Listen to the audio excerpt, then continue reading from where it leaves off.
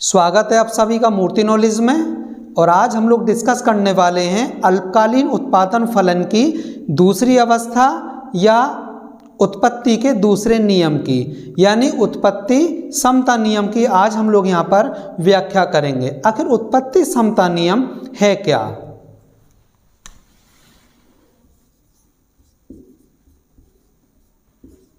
उत्पत्ति समता नियम, आखिर उत्पत्ति समता नियम क्या है? उत्पत्ति समता नियम उत्पत्ति वृद्धि नियम और उत्पत्ति ह्रास नियम के बीच की एक कड़ी है। अर्थात जब उत्पत्ति वृद्धि नियम समाप्ति की ओर होता है और उत्पत्ति ह्रास नियम लागू होने की स्थिति में होता है, तो इसी बीच उत्पत्ति समता नियम का जन्म होता है। उत्पत्ति समता नियम उत्पादन की अति अल्पकालीन स्थिति का द्योतक होता है।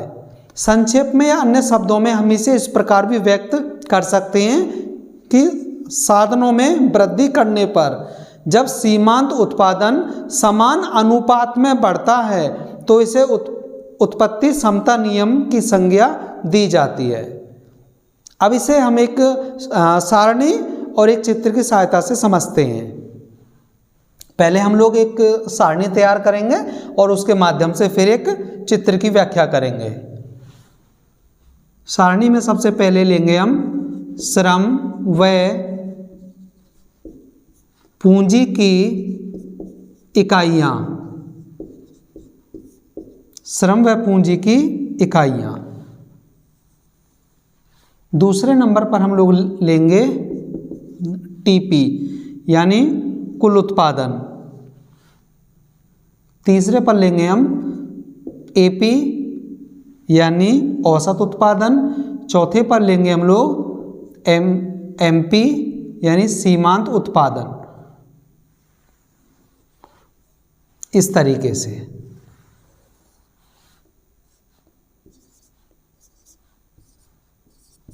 तो हमने यहाँ पर श्रम व पूंजी की 5 इकाइयाँ ली हैं।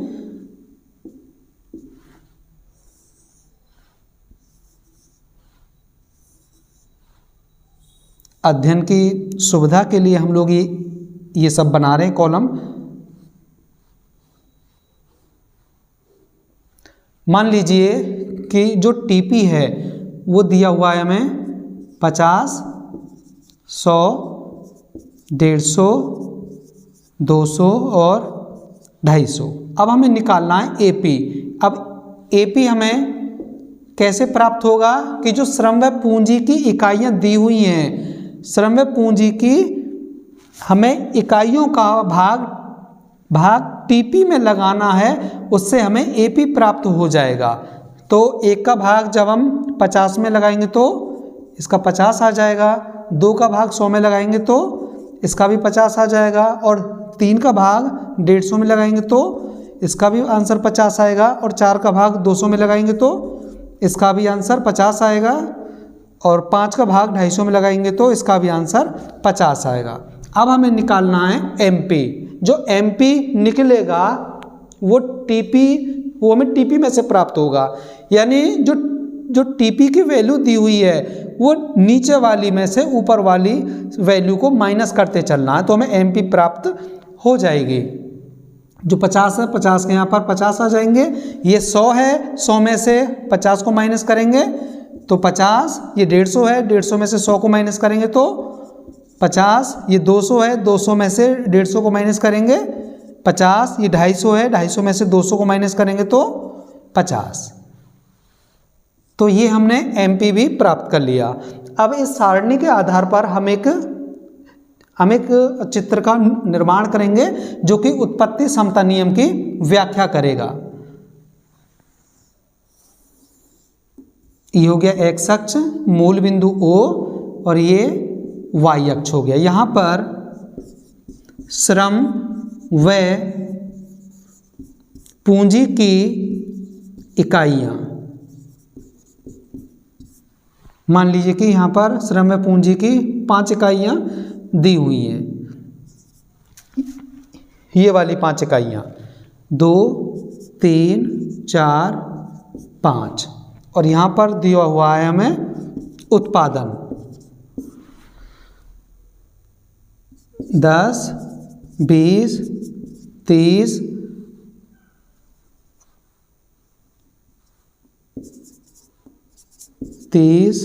40, 50, 60, 70, 80।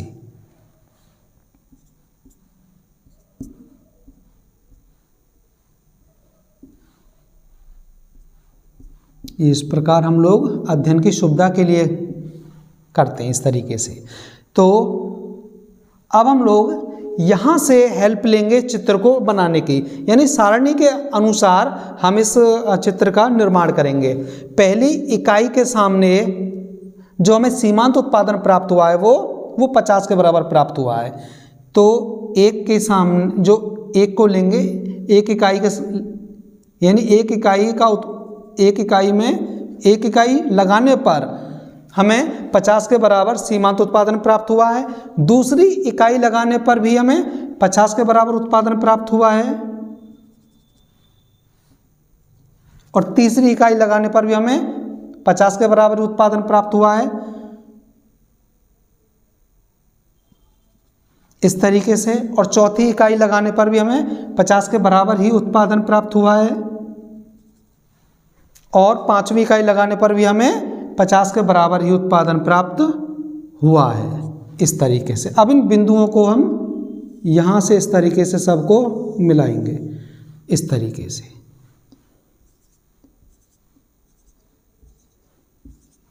इस तरीके से तो ये तो हो गया सीपी। सीपी का मतलब है जो सीपी रेखा है, सीपी जो रेखा है वो उत्पत्ति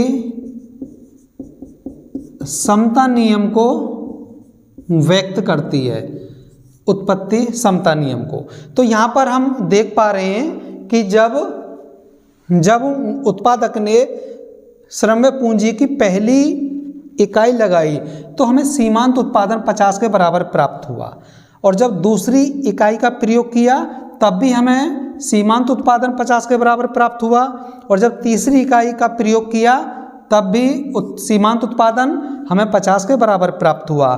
चौथी इकाई का जब प्रयोग किया श्रम्य पूंजी की तो तब भी हमें उत्पादन 50 के बराबर भी प्राप्त हो रहा है, और जब पांचवी इकाई का प्रयोग किया तब भी उत्पादन हमें 50 के बराबर ही प्राप्त होता है। तो ये जो उत्पत्ति समता नियम है, जब उत्पादन की इकाइयों जब साधनों में वृद्धि होती है तो सीमांत उत्पादन भी समान अनुपात में ही बढ़ता है, जैसा कि आप लोग देख रहे हैं 50 50 50 50। तो ये कहलाता है उत्पत्ति समता नियम।